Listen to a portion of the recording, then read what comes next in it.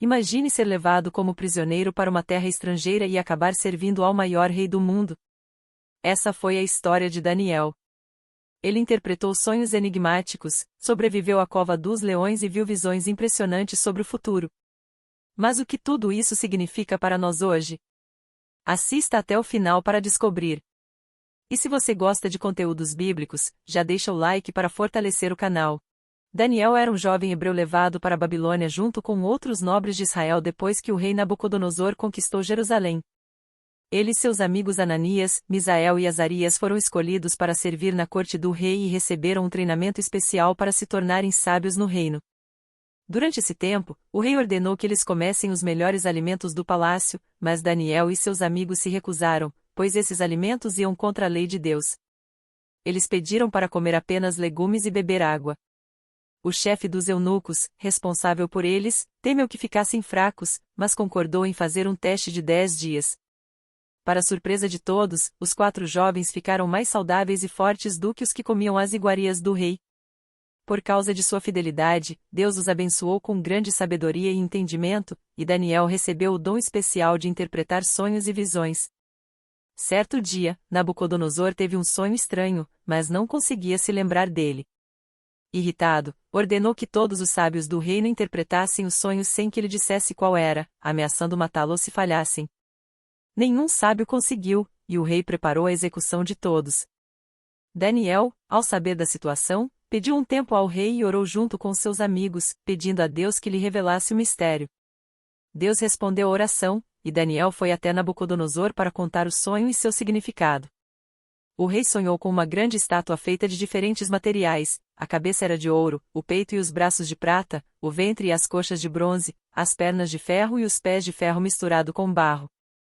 De repente, uma pedra veio do céu e destruiu a estátua, tornando-se uma grande montanha que cobria toda a terra.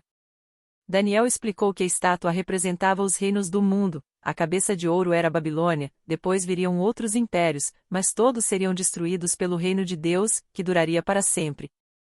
O rei ficou tão impressionado com a revelação que reconheceu a grandeza do Deus de Daniel e promoveu ele e seus amigos a posições de honra no reino.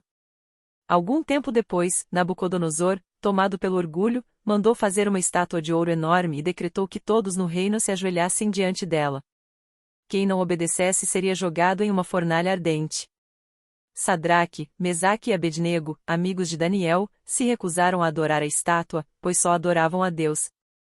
O rei ficou furioso e ordenou que a fornalha fosse aquecida 7 vezes mais que o normal. Os 3 jovens foram amarrados e lançados no fogo, mas, para surpresa de todos, não foram queimados. Quando o rei olhou para dentro da fornalha, viu não 3, mas 4 figuras andando livremente no meio das chamas, e a quarta parecia um ser celestial. Quando os jovens saíram da fornalha, suas roupas nem cheiravam a fumaça. Maravilhado, Nabucodonosor reconheceu o poder de Deus e decretou que ninguém poderia falar mal dele. Mais tarde, Nabucodonosor teve outro sonho perturbador. Ele viu uma árvore enorme que crescia até o céu e dava sombra e alimento para muitos animais e pessoas. Mas, de repente, um anjo ordenou que a árvore fosse cortada, deixando apenas um tronco preso ao chão. Nenhum dos sábios do reino conseguiu interpretar o sonho, e Daniel foi chamado. Ele explicou que a árvore representava o próprio rei e que Deus o estava alertando sobre seu orgulho. Segundo a profecia, Nabucodonosor perderia sua sanidade, vivendo como um animal e comendo capim até reconhecer que Deus é soberano sobre todos os reinos. Um ano depois, enquanto o rei se gabava de sua grandeza, uma voz veio do céu, e ele enlouqueceu. Por 7 anos, viveu entre os animais, sem pensar como um homem. Mas, quando finalmente reconheceu que Deus governa sobre tudo, sua sanidade foi restaurada, e ele voltou ao trono mais humilde e grato. Após a morte de Nabucodonosor, seu sucessor, o rei Belsazar, deu uma grande festa e, para demonstrar poder, mandou trazer os utensílios sagrados do templo de Jerusalém para beber vinho com seus convidados. Enquanto festejavam, uma mão misteriosa apareceu e escreveu palavras estranhas na parede. Ninguém conseguia entender o significado, então chamaram Daniel. Ele explicou que as palavras Amene, Mene, Tekel, Parsim significavam que Deus havia contado os dias do reinado de Belsazar, que ele havia sido pesado e achado em falta, e que seu reino seria entregue aos medos e persas. Naquela mesma noite, Babilônia foi invadida, e Belsazar foi morto. Depois disso, o rei Dário assumiu o governo e nomeou Daniel como um dos governantes do reino. Outros oficiais ficaram com inveja e planejaram derrubá-lo. Sabendo que Daniel orava a Deus 3 vezes ao dia, convenceram Dário a assinar uma lei proibindo qualquer oração a outro deus ou homem que não fosse o próprio rei, sob pena de ser lançado na cova dos leões. Daniel continuou orando e foi denunciado. O rei ficou angustiado, pois respeitava Daniel, mas não pôde revogar sua própria lei. Assim, Daniel foi jogado na cova dos leões, mas Deus enviou um anjo para fechar a boca dos leões. Na manhã seguinte, Dário correu até a cova e ficou maravilhado ao ver que Daniel estava vivo. Ele então mandou que os acusadores de Daniel fossem jogados na cova, e eles foram devorados imediatamente.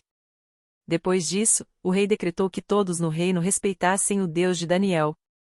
Daniel teve muitas visões sobre o futuro, como a de 4 animais que representavam reinos poderosos: um leão com asas, Babilônia; um urso, Medo Pérsia; um leopardo com 4 asas e 4 cabeças, Grécia; e um monstro terrível com 10 chifres, Roma.